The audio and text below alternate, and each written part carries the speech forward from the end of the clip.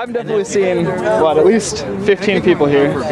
So. And a lot of people just slipped away in the last 20 minutes. Oh, so I came up at a bad moment. Yeah. People to leave. Apparently there were 50 here this afternoon. 50 here? At the height. I think they'll have 100 tomorrow, around 11. Good. Might be a good time to come pick up some more footage. Yeah, I have SATs. Well, I can't stay tonight. You have what? SAT tests. Oh my God. Trying to get my scores up so I can get into college and everything. I don't think it's the same. You get free tuition. Are you rich? Not rich. So I would get. Don't do the student loan. What it is. That's the other reason we're here. What's happening to students? We teach, a lot of us teach at Notre Dame.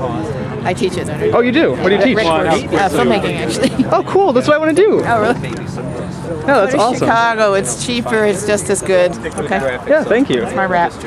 What's your name? I'm sorry. My name's Jill Godmuller. Oh, okay. I teach film production at the course down here because this is something to record. This is an event. Everyone is here because the Occupy movement is the most important thing that's happened in the U.S. in the past 6 months easily, because it's made everybody in America realize that really the big question is, how come a tiny, tiny, tiny sliver of America does real good and the rest of us are struggling like crazy? Okay. That's what it's about. And everybody realizes that's the truth. And all this other mumbo jumbo and screaming and shouting we've been hearing about the healthcare law was no good, that was nonsense, or that the deficit was some big problem, that was a lot of nonsense. The real problem is we don't make enough money.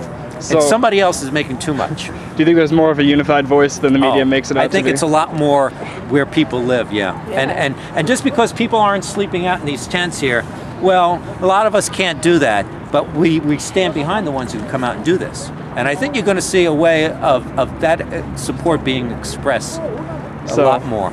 So you're all more or less looking for more market equity, basically.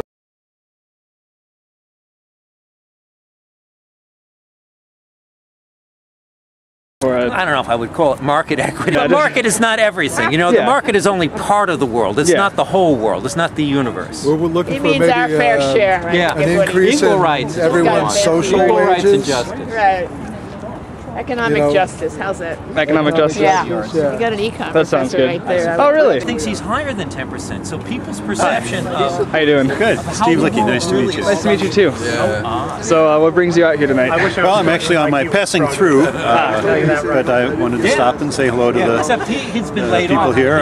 It's First Fridays downtown South Bend. Oh, really? On my way down to see my wife at the Museum of Art. Nice to have activity in downtown. I'm here. Well, I think it's important for us to continue to ask questions and lift up values that are important traditionally for us as a country, and to say that those are values that are still important to us, and that we need to work together in dialogue and find ways to make sure that everyone is included, that America still can be a land of opportunity and a land of dreams, and a place where people can develop their skills and develop their talents and have an opportunity to earn a good wage for decent work. Companies got laid off. I think it's important to come out and learn from people and maybe let them know some of the stuff I know. And so it's a pretty good place to share, and it's pretty good company. So. That's good. Yeah, and I think that we forget that it's really important to have physical presence, because that alone is a really good way to show support, is by physically being there and using your body as a symbol of resistance. Where you're at. Yeah, resistance. Standing with something, actually standing. And against something. And against something. Yeah. The internet is not everything. You got to put your body there too. I mean, that's the thing that a lot of people don't understand. But the Occupy movement seems to understand that. Yeah. And that's maybe the greatest thing about it. That they're actually taking a space.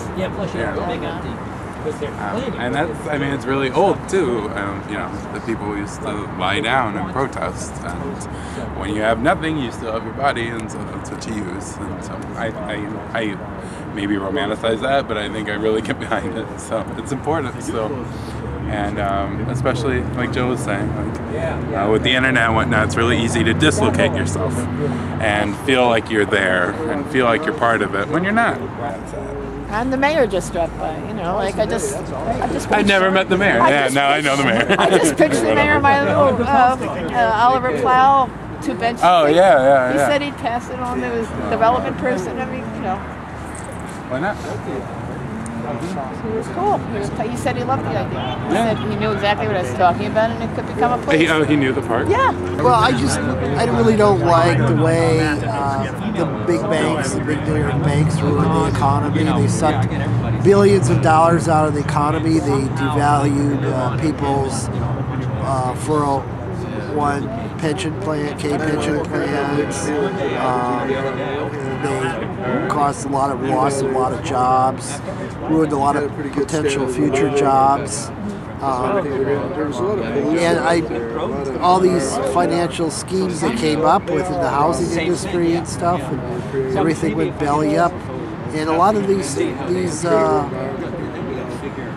of the financial ruin that a lot of people experience was criminal. You know, these Wall Street financial people have never been held criminally responsible for this. I mean, you know, when all the big banks failed, we had to bail them out for trillions of dollars. I mean, it was one of the biggest corporate bailouts in human history. And you know, like I say, it's like these guys have never been held accountable. Well, I think that, you know, it's the whole idea is to keep everything in the public eye. This is my being here, you know.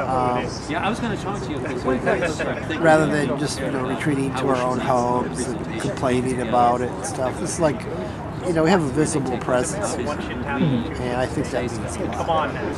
Cool, thank you. Oh, and what was your name? I think John Vincent. Oh, thank you. Thank you.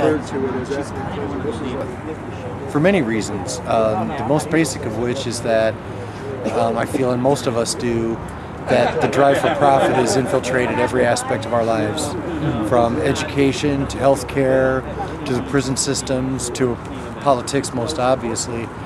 And we have become, if we weren't already a long time ago, a society that seeks to value people on what they can do for us instead of seeking to do for others. And we'd like to see that changed. Okay. I'm sorry, I forgot to ask your name before I started. Tony. Tony. Yeah. Hi, Tony. I'm Sam. Hi, Sam. Have you been out here before, or is this? Yeah, I've actually been out here pretty much since the beginning. I've probably spent, you know, 2/3 of the nights out here that we've been out here. I'm a history major at IUSB, and I've been politically active most of my life, and I have hoped that something like this would come along, that there would be a general dissatisfaction with not so much the system or the need to overthrow corporations or anything radical like that, just an idea of shifting the focus of our society to taking care of each other rather than seeking to use one another as resources. Do you feel like you're making history? No, I wouldn't. I wouldn't go that far. You know, I mean, you know, who knows where this is going to go from here? I just feel like I have to be here. I'm from a family that my father was in the Union, my grandfather was in the Union, and the standard of living for each of our generations has declined rather than gotten better. And you know, I'm fortunate enough that I'm a semester away from graduating. My parents didn't have that opportunity, and I wanted to do something with it. Cool. How much longer do you think you'll be out here?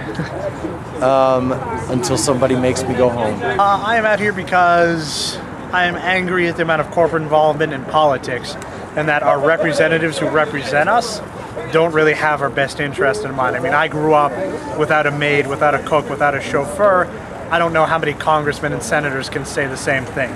So I don't really feel like the people we've elected represent us and who we are as normal people, you know, the 99%, and what our values are. It makes me feel better, and at the end of the day, that's what people usually do, is what makes them feel good. Yeah.